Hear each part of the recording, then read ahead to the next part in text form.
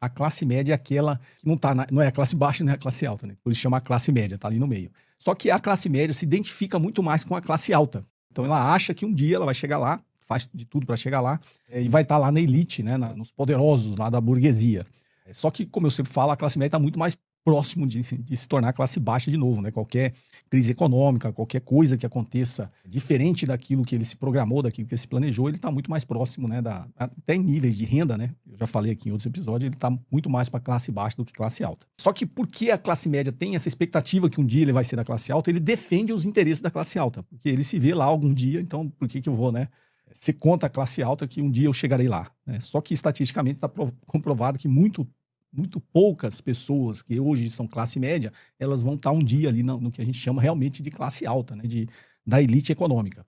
Mas do ponto de vista, né, do pensamento, da defesa, né, isso do ponto de vista político, ele defende os interesses da classe alta.